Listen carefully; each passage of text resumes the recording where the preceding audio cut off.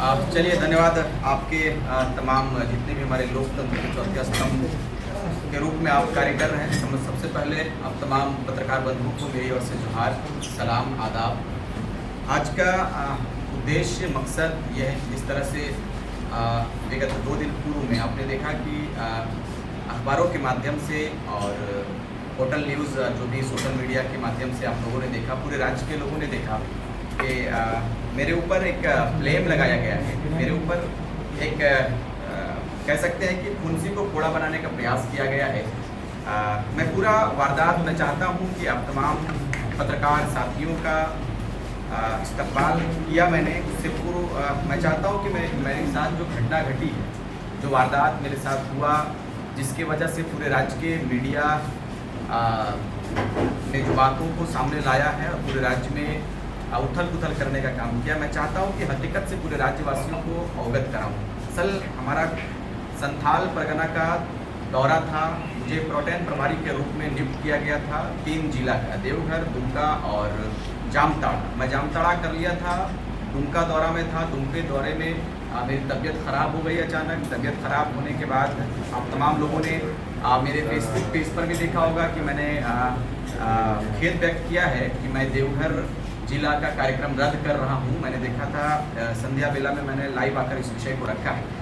उसी क्रम में मैं जब दुमके से निकला तो कुंडी इलाका जब मैं घुसा तो हमारा जो गाड़ी चालक था वो आगे तिलैया के समीप में, जहाँ पर अवैध रूप से जो बालू से ट्रैक्टर लोड होकर जाता है, अब वो बालू कहाँ जाता है मैं उस पर जाना नहीं चाहता। उसी क्रम में रास्ते में हमारी गाड़ी में, चूँकि मैं पीछे सोया हुआ था, मेरी तबीयत बहुत ख़राब थी, मैं पीछे सोया हुआ था।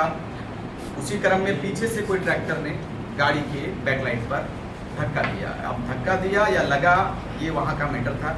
लेकिन उसी क्रम में गाड़ी हमारी रुक गई। फिर चालक उतरा, हमारा एक साथी था वो भी उतरा और दोनों में बदसलूकी होने लगा। वो भी शायद कुछ कहा, ये भी कुछ कहा। मैं तो सोया हुआ था जिस तरह से चालक ने मुझे बताया। फिर वहाँ से मामला रफा दफा हुआ। मैंने कहा कि छोड़ो, जो हुआ ख़त्म करो मामला। मैं फिर वहाँ से निकला। तब तक मनियाडी नामक जो क्षेत्र है टूंडी इलाके का, वहाँ हमारी गाड़ी को रोका जाता है ग्रामीणों के द्वारा। ग्रामीणों के द्वारा जब रोका गया तो मैं उस वक्त भी मैं सोया था, लेकिन जैसे ही शीशे पर ज़ोर से खोलने को कहा जाता है तो मेरी नींद टूटती। फिर मैं जैसे बाहर आता हूँ, मुझे लोग देखते हैं तो लोगों के अंदर जो आक्रोश था उसमें थोड़ी कमी आती है। तो उसका वहाँ के जो एक बुद्धिजीवी वर्ग के जो लोग थे वहाँ के, उन्होंने कहा कि दादा आप हैं। तो हमने कहा कि मामला क्या है। तो उन्होंने कहा कि अवैध वसूली का मामला है, ये शायद आपके चालक ने डिमांड किया था पैसों का, जो भी वगैरह वगैरह उन लोगों का कहना था कि आपके चालक के द्वारा ये इल्ज़ाम है आपके चालक के ऊपर कि आपने पैसा रकम की मांग की। हमने कहा कि भाई ऐसी कोई बात नहीं है, मैं साथ था, मैं उस वक्त करीब में था, ऐसी कोई घटना नहीं हुई है। फिर उन्होंने कहा कि चलो ठीक है, जो हुआ घटना घट गई, मामला ख़त्म हो गया।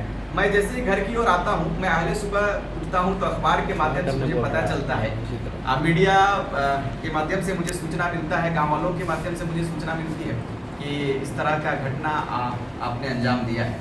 तो मुझे बड़ा दुख लगा। उसके बाद फिर हमने कई एक पत्रकारों से मेरा चूँकि पत्रकार साथियों से काफ़ी अच्छा संबंध है, मैंने कहा कि इस तरह का सूचना बिना जाने, बिना मुझसे बात किए आपने ये जो छापने का काम किया, ये जो प्रकाशित आपने काम किया, ये मेरे हिसाब से निंदनीय है। पहले मुझसे जानकारी लेनी चाहिए थी। ये आग की तरह पूरे प्रदेश में फैला, पूरे झारखंड में फैल गया।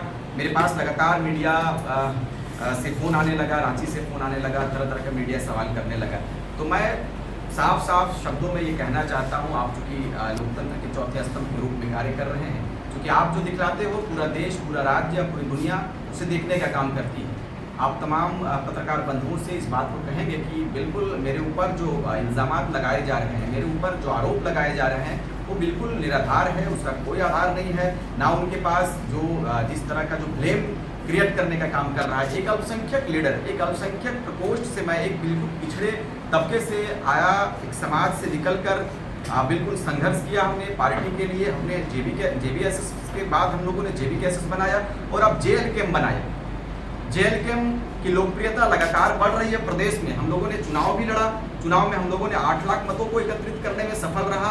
अब राजनीतिक हमें चिन्ह भी मिला है, राजनीतिक चिन्ह के साथ साथ हमारा जो झंडा है उनका भी डिज़ाइन हो गया है। कहने का सब तात्पर्य है कि मैं एक निर्दोष हूँ, मुझे इस तरह से मुझे कोई जानकारी नहीं है, लेकिन ये षड्यंत्र करके राजनीतिक पार्टियों के द्वारा, राजनीतिक दल के द्वारा मुझे प्रताड़ित करने का एक तैयारी है, मुझे बदनाम करने का एक तैयारी है, पार्टी को बदनाम करने का, टाइगर जयराम महतो को बदनाम करने का एक पूरी साजिश है, पूरा संयोजा हुआ, बिल्कुल प्रायोजित तरीके से इसको पेश किया गया है। मैंने बार बार कहा, मीडिया बंधुओं से भी मैंने कहा है कि यदि आपके पास कोई ऐसा एविडेंस है, कोई ऐसा वीडियोज है, क्योंकि आज जब मेरा एक फोटो मुझे जब ग्रामीणों के द्वारा, बुद्धिजीवी वर्ग के द्वारा मुझे कहा कि दादा आप बैठ जाइए, मैं चालक से बात करता हूँ, तो जब मैं बैठा तो उस क्रम में मेरे लगातार फिर मैं अपने, चूंकि वहाँ पर मेरे समर्थक भी थे, जेबी कैसेस के समर्थक भी थे, हमने हमारे समर्थक भी आए वहाँ पर, दादा कोई बात नहीं, ऐसा होता है, चलिए कोई दिक्कत नहीं। उस वक्त किसी ने फोटो डालकर ग्रुप में आप जैसे भी सर्कुलेट किया है वो सर्कुलेट हो गया। तो कहने का सब तात्पर्य है कि जेबी कैसेस और जेएलके की बढ़ते लोकप्रियता को देखते हुए विपक्षी दल के लोग घबरा गए हैं और घबराने के साथ साथ इल्ज़ामात लगाना शुरू कर दिया है। हम लोग इल्ज़ामात से घबराते नहीं हैं, जनमानस के लिए हम काम कर रहे थे, अपने झारखंडी मुद्दों के साथ में आगे आए हैं, कल भी थे, आज भी हैं और आने वाले समय में भी हम लोग कार्य करेंगे। मीडिया रिपोर्ट में सिर्फ आपको पदमुक्त कर दिया गया, आपके पार्टी से 7 सदस्यीय कमेटी भी बना दी गई है जांच को, आपको सोपोज वगैरह पार्टी से तो जयराम महतो तो मिला कि नहीं मिला, उनसे बात हुई थी, क्योंकि आनंद खान में हमको लगता है 4 या 5 घंटे में लेटर जारी हो गया था कि आपको पदमुक्त किया जा रहा है जी, उसको लेकर क्या कुछ कहिए? नहीं, पदमुक्त किए, देखो मुझे लगता है कि ये कमेटी जो हमारी गठित है, केंद्र में जो केंद्रीय कमेटी है, कोर कमेटी जिसे हम लोग कहते हैं, और कोर कमेटी के समन्वय के बाद में ही चूँकि माहौल ज़्यादा ये ना हो, ज़्यादा कह सकते हैं आप कि कुछ माहौल और ना बन जाए, इसलिए हो सके ये पदमुक्त किया है। लेकिन मैं, चूँकि आपने सवाल किया तो जवाब भी लाजमी है। मुझे लगता है कि पहले मुझे सूचित करना चाहिए था। आपने कहा कि टीम गठित की है, 7 सदस्यों की एक टीम बनी है, मुझे लगता है कि कम से कम मैं एक अल्पसंख्यक प्रकोष्ठ का, अपने समाज का प्रतिनिधित्व करने के लिए, मैं अपने लोगों को जगाने के लिए निकला हूँ साहब। कम से कम आप मुझे सूचित कर दें, आपका ये दायित्व बनता है, आपका ये फर्ज बनता है कि आप मुझे कम से कम एक बार सूचना करके आप मुझसे पूछते हैं कि आपका क्या पक्ष है, क्या मामला है। मैं सोकर उठा हूँ, पता चल रहा है कि मुझे पदमुक्त कर दिया गया, चलिए कोई दिक्कत नहीं है। पार्टी का जो निर्णय होगा, हम लोग सर्वमान्य हैं, पार्टी के निर्णय के साथ में ही हम लोग एक सिपाही के रूप में कार्य करते हैं। यदि पार्टी को लगा कि मुझे पदमुक्त करना चाहिए तो स्वागत है, कोई दिक्कत नहीं है, मैं आगे भी पार्टी में बना रहूँगा, पार्टी के लिए कार्य करूँगा। दिग्गज आपके पार्टी से हटे, संजय मेहता उन्होंने इस्तीफा दे दिया, क्या लगता है आपको भी साइडलाइन करने का प्रयास किया जा रहा है? पार्टी में कुछ गतिरोध है क्या आप लोग? नहीं, पार्टी में देखो, हमारा पार्टी में चूँकि अभी नई पार्टी है और नए रूप से हम लोगों ने पार्टी को तैयार किया है, तो कहीं ना कहीं सारे लोग नौजवान हैं, सारे लोग आप यूँ कह सकते हैं कि एक नए मिट्टी के साथ में घड़े को यदि हम बनाते हैं वो कच्चा होता, अभी हम बिल्कुल कह सकते हैं कि नवजात शिशु के रूप में हम लोग बढ़ रहे हैं। और आप तमाम लोगों का आशीर्वाद, पूरे राज्य के लोगों का आशीर्वाद हम लोगों को मिला कि हम लोग एक पार्टी के रूप में सामने आए हैं और बिल्कुल बेहतर रूप से काम करेंगे। पार्टी में किसी प्रकार की कोई दिक्कत नहीं है, ना हमारी पार्टी में किसी प्रकार का कोई मतभेद है, हम लोग बेहतर रूप से कार्य कर रहे हैं। छोटी मोटी घटनाएं बीच में होती रहती है, उसको हम लोग मायने नहीं रखते हैं। हमारे आगे क्या कुछ रणनीति रहेगी आपकी, क्योंकि अगर आरोप साबित हो जाता है, आपको पार्टी से निकाल दिया जाता है, आगे क्या कुछ रणनीति रहेगी आपकी? बिल्कुल, पार्टी का जो दिशा निर्देश होगा हम लोग काम करेंगे पार्टी के हिसाब से। चूँकि राज्य एक बड़े बदलाव की ओर बढ़ा है, बड़े बदलाव का तात्पर्य है कि राज्य को लूटने का काम अदर पार्टियों ने जो किया है विगत 24 साल में, मैं 24 साल का प्रदेश तैयार हो चुका है और 23 साल हमारे दलों ने, हमारे पार्टी के से हटकर जो राजनीतिक दल इस राज्य में आप कह सकते हैं कि जो अभी राजतंत्र, मुझे लगता है कि ये बिल्कुल सभी पार्टियों ने मिलकर इस राज्य को लूटने का काम किया है। दूसरी ओर बड़ी बड़ी वायदे पार्टी के लोग करते हैं, पार्टी के संगठन के नेता करते हैं, लेकिन वादा सिर्फ पेपरों तक सीमित रहता है, वादा सिर्फ उनके जो लेटर होते हैं उन लेटरों तक सीमित रह जाता है, धरातल पर नहीं उतरता है। राज्यवासी अभी भी त्राहिमाम कर रहे हैं और बिल्कुल जेल कैंप की ओर हम लोग बिल्कुल बेहतर रूप से काम करेंगे और राज्य को सुंदर करेंगे। सर, और जो आपने बताया कि आप सोए हुए थे, आपकी तबियत ठीक नहीं थी, जब आप अगले दिन आप उठे तो आपके खिलाफ पेपर के द्वारा आपने देखा कि आपके खिलाफ बहुत चीज़ लिखा जा चुका है, तो सर आपके खिलाफ वो लोगों ने कुछ ठोस सबूत दी थी या नहीं, जैसे उन्होंने बस लिख दिया था? नहीं, कोई सबूत नहीं। मैंने कहा कि कुछ सबूत नहीं मिला है, बिल्कुल एक जांच टीम बनी है और गांव वालों से लिया जा रहा है फीडबैक। गांव वालों ने कहा कि भाई धक्का मुक्की हुई होगी, लेकिन ये मनियाडी आप कह सकते हैं वो रोड का मामला था। वहाँ से 3 किलोमीटर के बाद गांव वालों ने पूछताछ के लिए गाड़ी को हमारी रोकी थी और मुझे कोई सूचना नहीं था मैम, मैं रात में सोया, मुझे तो मालूम भी नहीं था कि इतना बड़ा न्यूज़ लोग बना देंगे और राजनीतिक करने वाले मेरे ऊपर षड्यंत्र करेंगे और पदमुक्त तक की बात चली जाएगी। मैंने कभी तस्वुर में भी नहीं सोचा।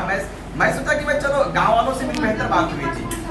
नहीं, कोई सबूत नहीं, मैं तो खुले तौर पर मैंने तो राजकीय मीडिया से मांग किया है ना। मैंने कहा कि यदि आपके बीच में कोई ठोस सबूत है, यदि आपके पास कुछ वीडियोस है, यदि आपने मेरा फोटो खींचा, आपने टोटल सोशल मीडिया में दिया, प्रभात खबर में दिया, हिंदुस्तान में दिया और तमाम मीडिया में आपने देने का काम किया, भाई आपके पास वीडियो था तो आप चला देते।